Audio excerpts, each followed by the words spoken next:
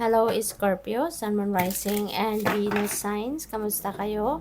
Sana po'y nasa mabuti kayong kalagayan. Welcome back po sa Star Tarot.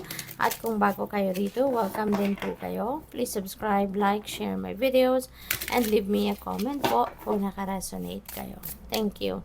So, tignan natin kung ano yung mga messages and energies ninyo. Scorpio, first message po ninyo, we have the musician. Ayan, so baka ang iba sa inyo rito, no, you have an inclination talaga towards music. Maaring you love singing, you love writing songs. Maari din na talagang kayo nagtutugtog din, ano, ng mga musical instruments, yung mga ganoon. So maybe that is what is inspiring you, for moving on in your life. Maaring yan ang laging nag-inspire sa inyo na magpatuloy, 'di ba? Nag-inspire sa inyo na abutin ang mga pangarap ninyo kasi maaaring yung mga pangarap ninyo dito is also related, no, or linked to music, no? Maaaring you also have a music career, 'di ba? Yung mga ganon. Kaya that's really beautiful na lagi kang high vibe siguro, no? And this is also a time, no, of gratitude, 'di ba? Maari din na marami kang blessings na dumating sa buhay mo. Kaya yung gratitude laging nandiyan sa puso mo. Or this could be a reminder na lagi kang mag-express ng inyong gratitude. Huwag na huwag mong kakalimutan, 'di ba, na magpapasalamat sa lahat ng biyaya, no, na natatanggap ninyo. Ano man ito, maliit man o malaki, bongga man o simple, 'di ba? Pare-parehas lang yung blessing sa inyo.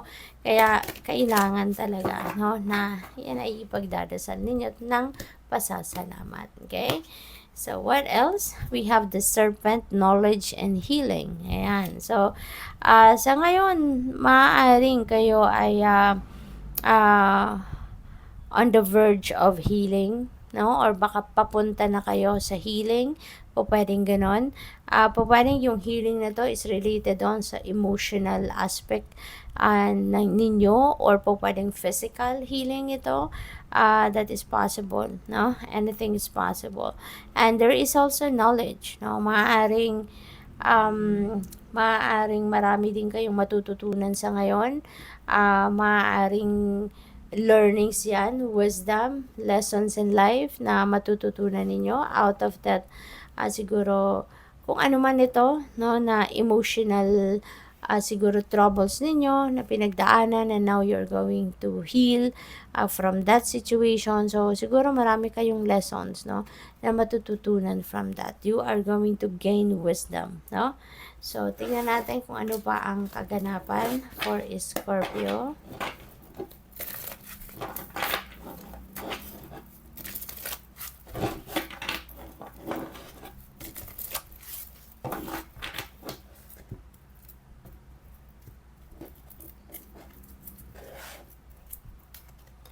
So we have the Chariot. This is really beautiful kasi si Chariot is a moving on energy. Meron din siyang travel, 'di ba? And success. There is so much potential for success dito.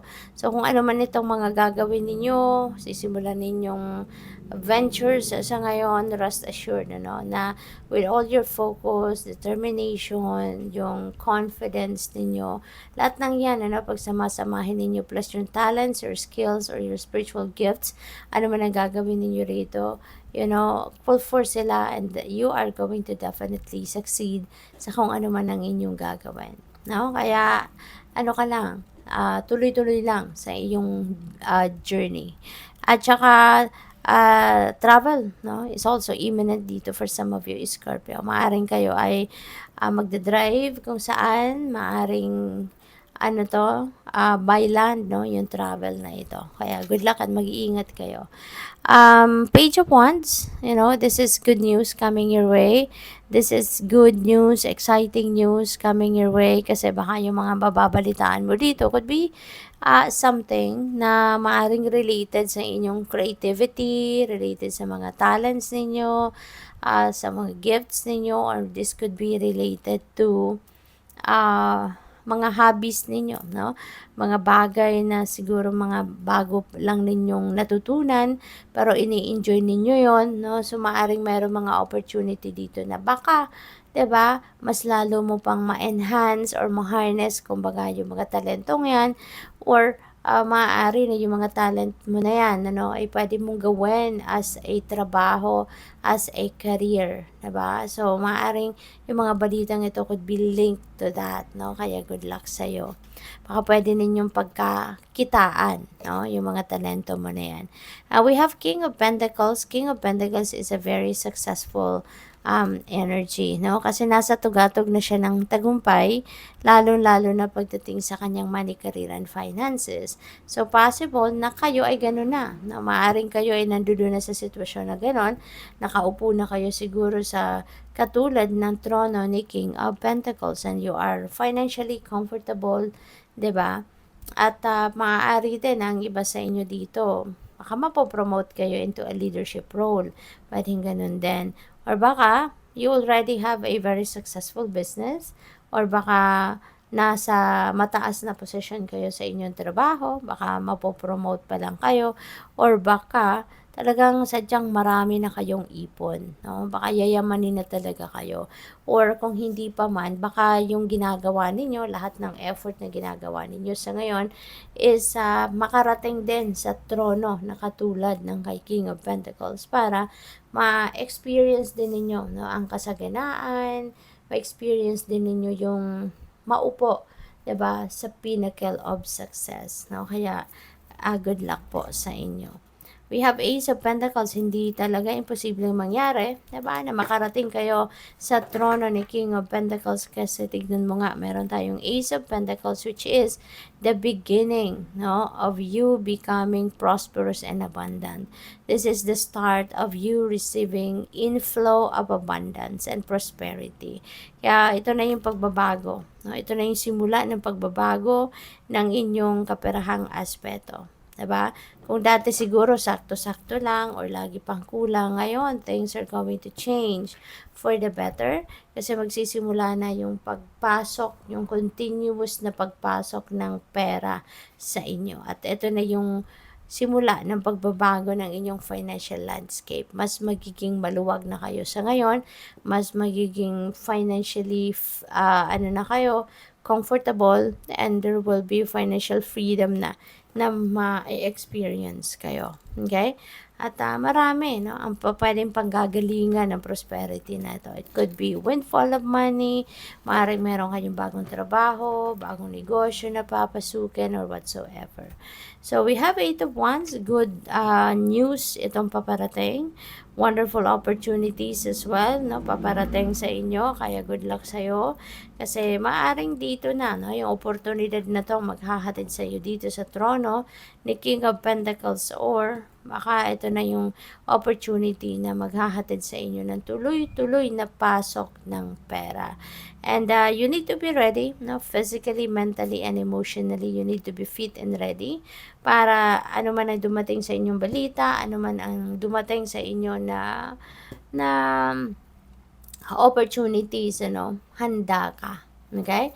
At pwede rin na may travel dito, no? Si Chariot din may travel energy. Si Eight of Wands may travel energy din. Kaya good luck sa'yo and congrats. We have Seven of Wands. Ayan, mag-iingat lang kayo, no? With your dealings, no? With other people. Kasi baka mayroon ditong mga tao na nai-intimidate sa inyo. Maaring may mga tao dito na naiinggit sa'yo.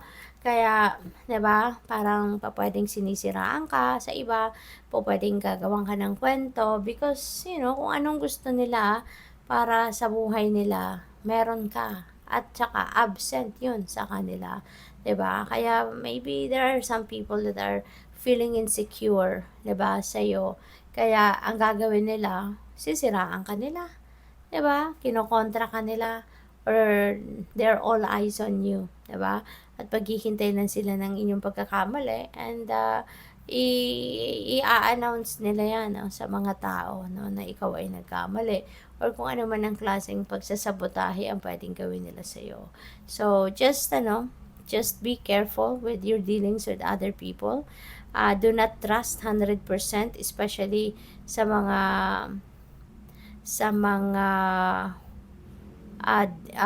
detalye, information, mga gano'n ano, na ano, na hindi po puwedeng i-share ng basta-basta kung kanino man, okay? So, just keep them close to your heart. Good luck sa'yo. Thank you for watching. Love and light. Namaste.